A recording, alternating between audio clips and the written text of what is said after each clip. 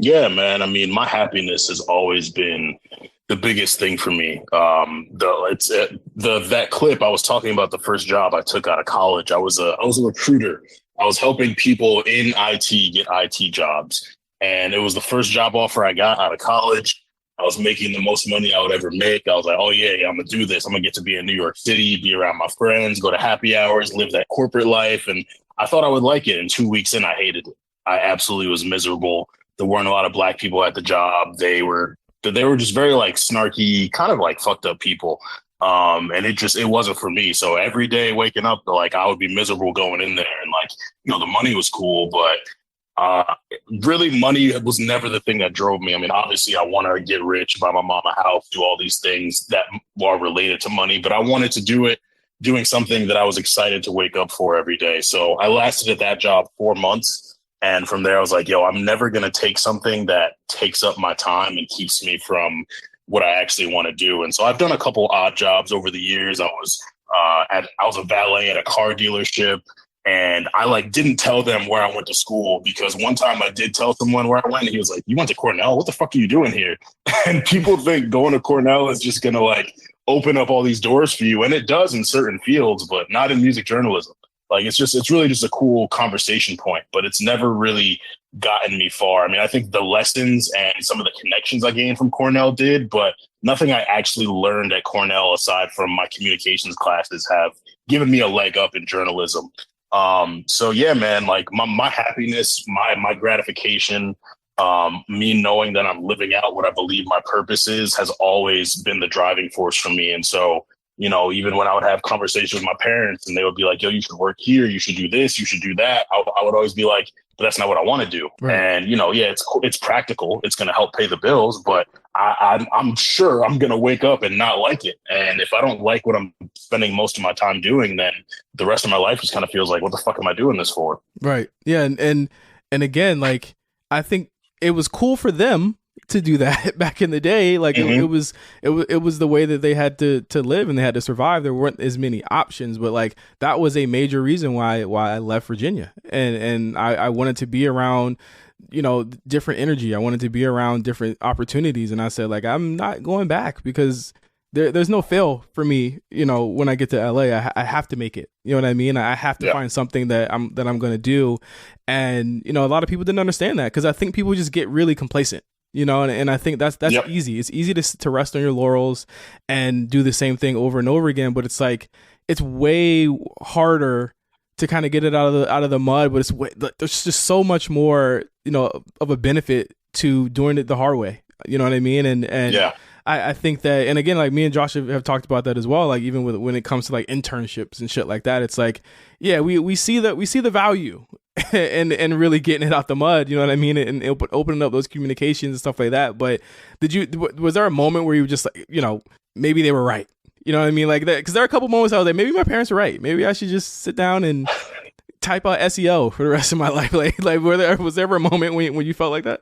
Yeah, man. I think with every like rejection letter that I got from a staff writer job or every pitch that was turned down, like there was that little voice in my head, like, yo, maybe you should just listen to your parents. Like they're older, they're more experienced, they're, doing what they're doing. Like maybe they know, but I really never let that voice overpower me to where I gave up. Like I've never been a quitter in my life, and the things that I've given up on, it's been to pivot to something better. So yeah, it's like I said before, I'm just a little too stubborn to give up on something that I've set out to accomplish. So there was also a part of me that kind of wanted to prove people wrong in a way, right. But more so prove myself right more than prove people wrong. Like I think that's kind of the wrong fuel to put into yourself. Like it's definitely a motivating thing, but ultimately I strove to accomplish what I wanted to for myself more than, being like, fuck you, I told you. Like that doesn't really do it for me. So of course those thoughts always crept in, but never to the point where I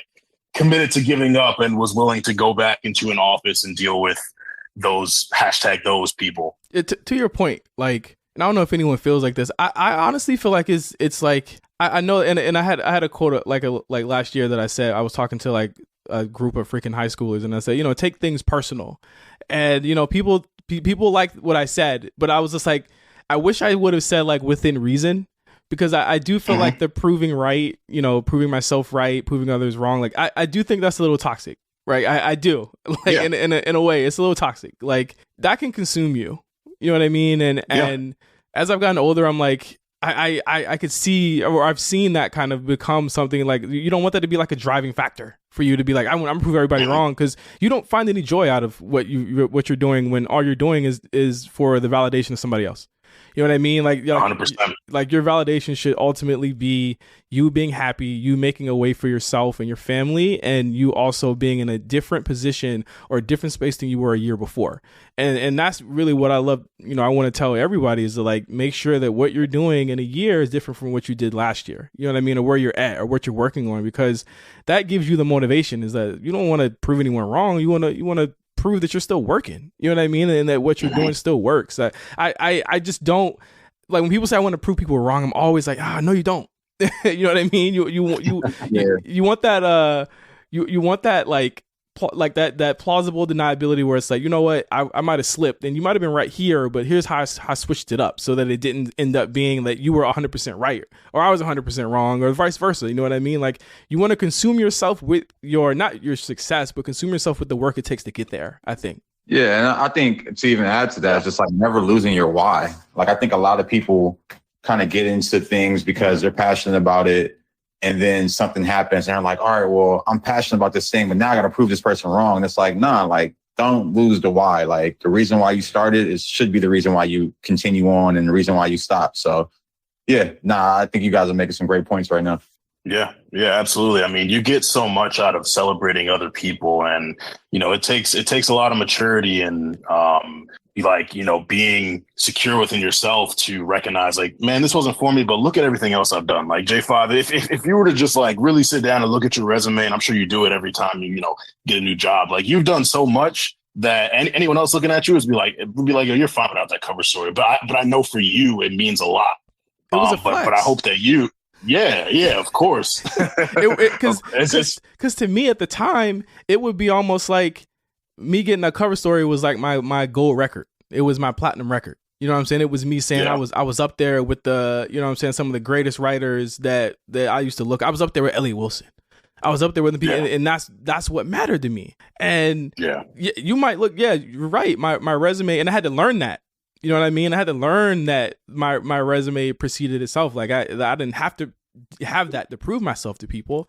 But to me, it was like, and it was always like, yo, man, I always wanted to do a Young Thug cover for Complex.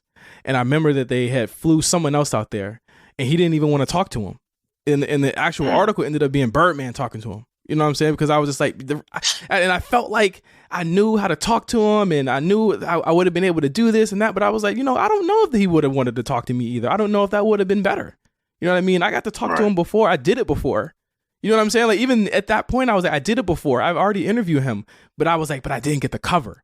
You know what I'm saying? I was just like, and that's the thing on the path of success. You're always like, when you have that mindset, you just got to go get it. There's always going to be a but. There's always going to be there's always going to be like a loose, you know what I'm saying? Like qualifier that means that it didn't mean as much as it would have meant if you got it before. And I just think that, we got to get out of that mindset. You know what I'm saying? And I'm going super Tony Robbins here, but it's like, we got to get out that mindset, like I think that it's possible for us to be successful within our own means differently than what we defined it as. You know what I mean? And just looking at it from that, like, and I don't know what sparked all of that. I think it was you saying like, I wanted to prove people wrong. I was like, man, that's toxic. We got to come out of that. Yeah.